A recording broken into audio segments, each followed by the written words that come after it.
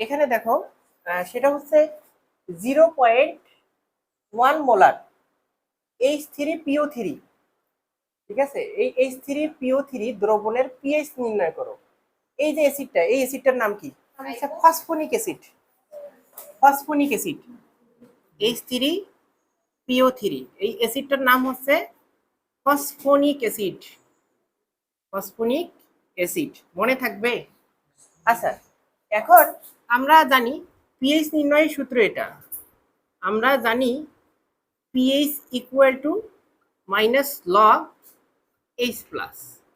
এখন অনেকে করবে কি যে 0.1 এখানে বসাই দিবে, কিন্তু এখানে একটা বিষয় জানতে হবে যে এই যে ফসফনিক যে অ্যাসিড অণুটা আছে এখানে কতটা প্রতিস্থাপনীয় হাইড্রোজেন পরমাণু থাকে, তাই না? বলতে পারবে কয়টা প্রতিস্থাপনীয়? একটা থাকে। তোমরা কেমনে জানবে একটা থাকে? সেটা আমি কত করাইছি। হ্যাঁ, এখন কয়টা প্রতিস্থাপনীয় হাইড্রোজেন পরমাণু থাকে সেটা তোমাকে বের করতে হবে। এখন আমাদের কি করতে হবে? এই যে আমরা যদি এই ফসফনিক অ্যাসিডটার গাঠনিক সংকেত লিখি তাহলে সেখান থেকে আমরা বুঝতে পারবো যে সেখানে কতটি প্রতিস্থাপনীয় হাইড্রোজেন পরমাণু আছে। বুঝতে পারছো?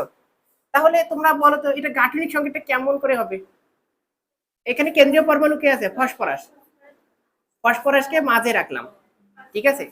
তারপরে কি করব দেখো তো, এখানে এটা করা যায় কিনা দেখো তো।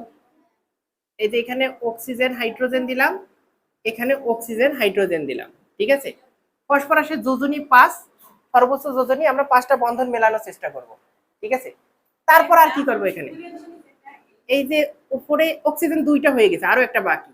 তারপরে এখানে দেখো, তারপর এখানে ফসফরাসের 1 2 3 4 আর একটা বাকি আছে, এবং হাইড্রোজেনের একটা বাকি আছে। দেখো তো এটা গাঠনিক সংকেত লেখা হয় কিনা, হয়েছে কিনা দেখো।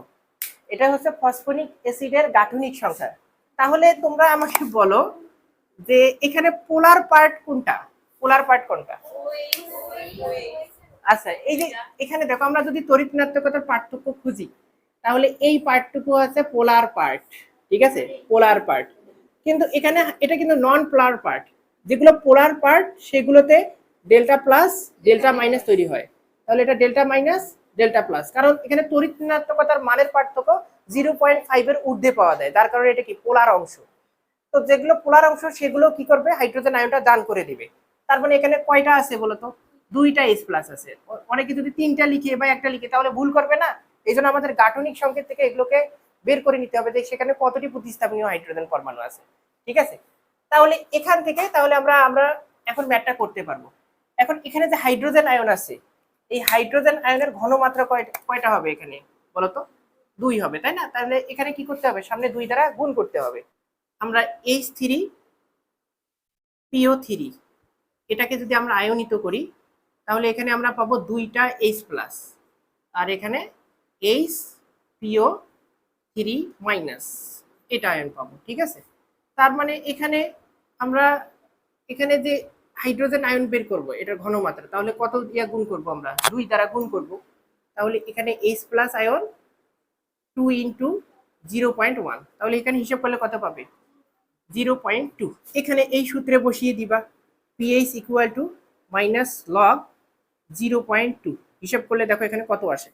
0.698, এত, ঠিক আছে।